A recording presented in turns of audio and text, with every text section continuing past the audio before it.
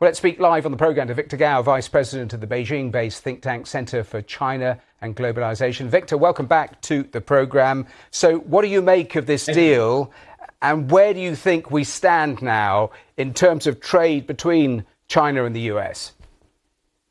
Thank you very much. I think the news from Geneva during this weekend as well as this Monday is absolutely good news. It bodes well for future development of bilateral relations between China and the United States, especially in the trade sector and more broadly in the economic exchanges and many other areas. Now, this announcement, which need to be firmed up in the coming 90 days, still involve a lot of uncertainties and unpredictability.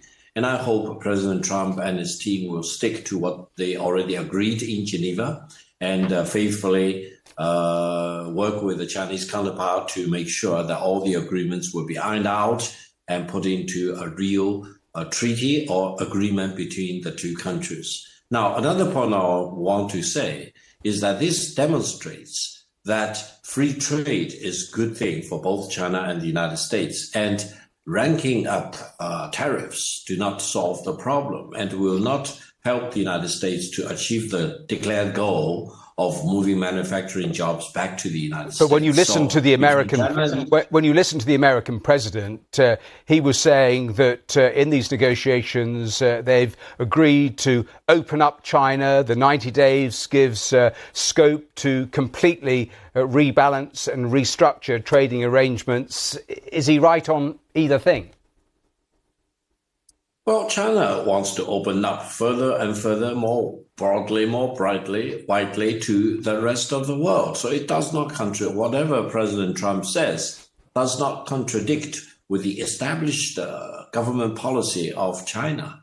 And if more American companies want to come to China to do businesses, the more, the better. If the United States can come up with more goods to sell to the China market, which is actually in reality the largest market in the world, I think the Chinese door will be very much open. So let's focus on the positive side, and let's focus on what China and the United States can do if they can get onto the same page. Unlimited market size potential in China for as much as the Americans can come up with to sell to the Chinese market. This is the positive thing, and I hope both China and the United States can do the concrete work to firm all the potentials up in the coming 90 days.